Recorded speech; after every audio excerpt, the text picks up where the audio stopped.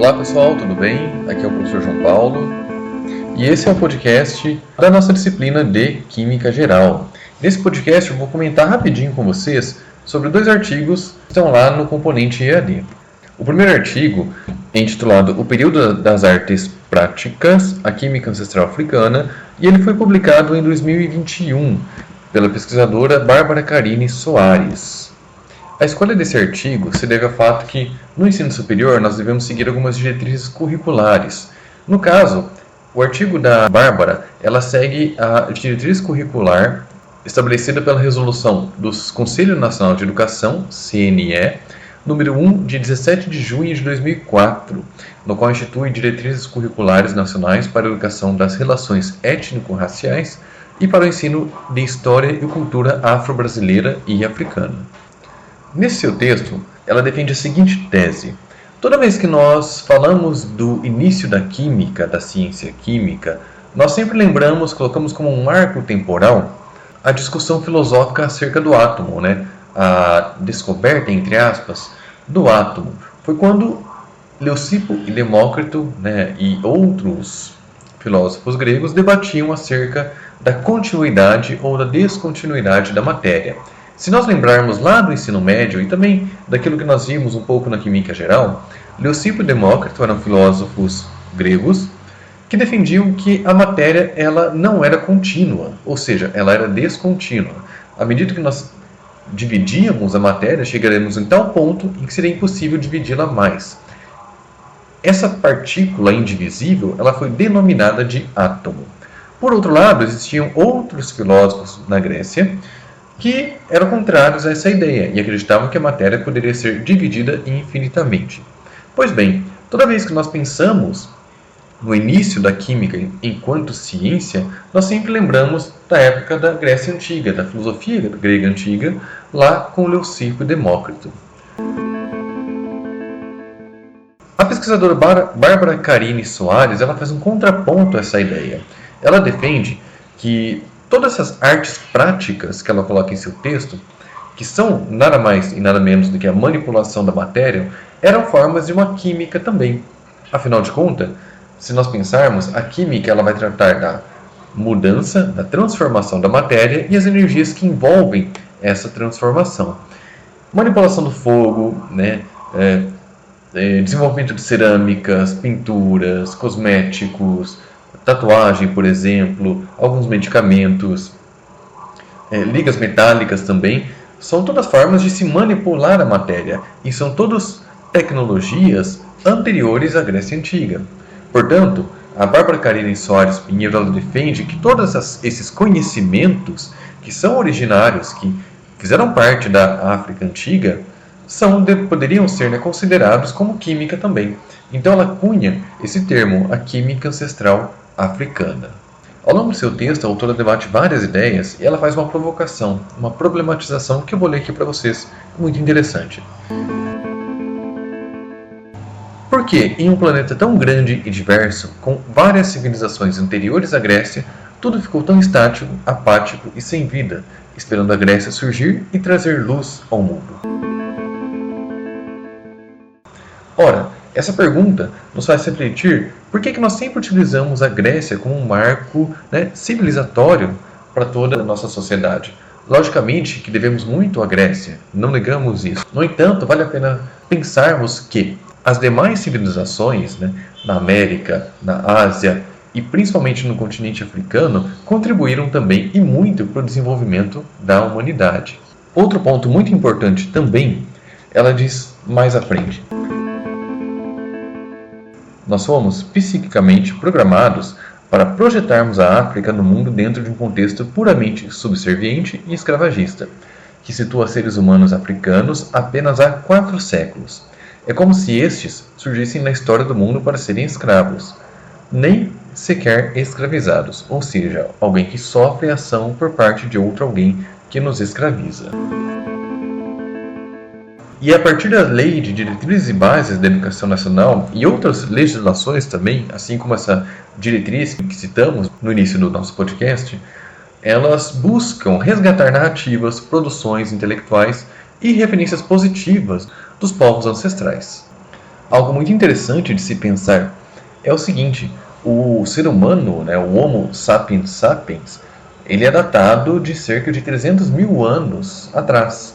E ele é datado possivelmente ali no leste do continente africano. Então o ser humano ele surge na África. Essa é mais uma forma positiva, né, de referenciar o continente africano. Assim também como a Revolução Neolítica, conhecida como Revolução Agrícola, ocorre no continente africano e em outras partes do mundo. E aqui, para finalizar, eu vou comentar algumas, né, das tecnologias que nós podemos abordar no ensino de Química e atendendo também a essa diretriz. Temos como, por exemplo, a manipulação do fogo, armamentos bélicos, cerâmica, técnicas de fundição, cosmetologia, maquiagem, extratos de plantas, pinturas corporais, né, tatuagens, processos de mumificação muito conhecidos lá do Egito Antigo e assim por diante. Leiam esse artigo na íntegra, pessoal. Esse é um artigo muito interessante, ele traz uma proposta muito interessante, muito inovadora, afinal de contas ele é de 2021, e é uma das formas também de nós atendermos a legislação. O segundo artigo que eu coloquei para vocês, ele é intitulado Química Verde, os desafios da química para o novo milênio. Ele foi publicado na revista Química Nova. Ele já tem um tempinho, ele é de 2003, e ele é muito interessante também. Seguindo o mesmo raciocínio, esse artigo, ele atende uma outra diretriz do Conselho Nacional de Educação, que é a Resolução CNSP número 2, de 15 de junho de 2012, no qual estabelece diretrizes curriculares nacionais para a educação ambiental. Diretrizes estas também que nós devemos seguir e aplicá-las em algum momento no ensino superior. O conceito química verde ele está muito relacionado com a química ambiental e relaciona-se também com a ideia de desenvolvimento sustentável.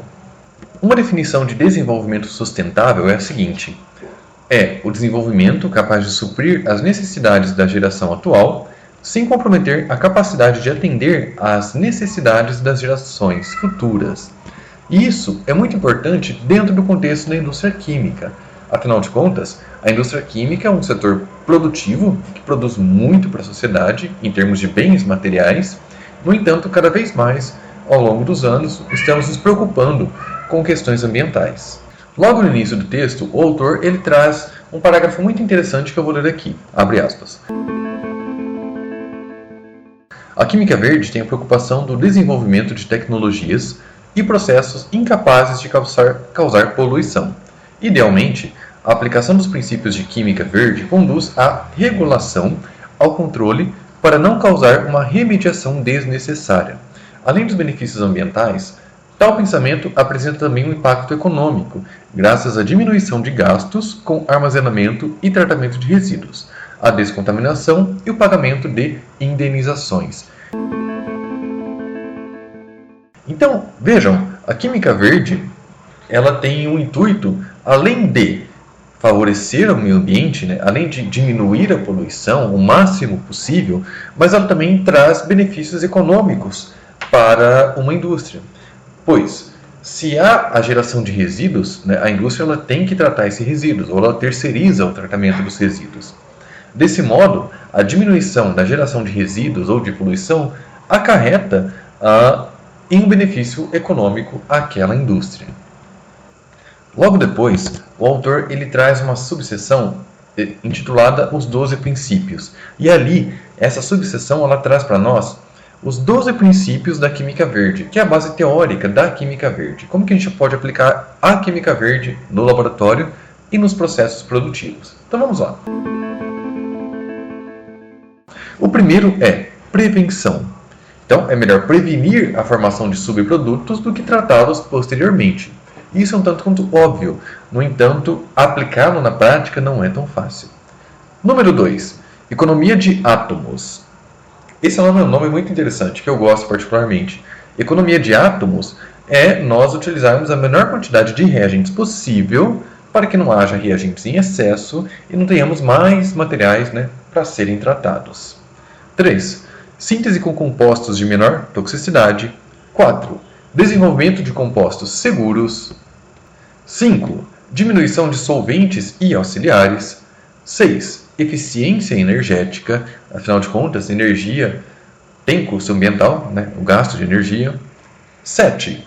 Uso de substâncias recicladas. 8. Redução de derivativos. 9. Catálise.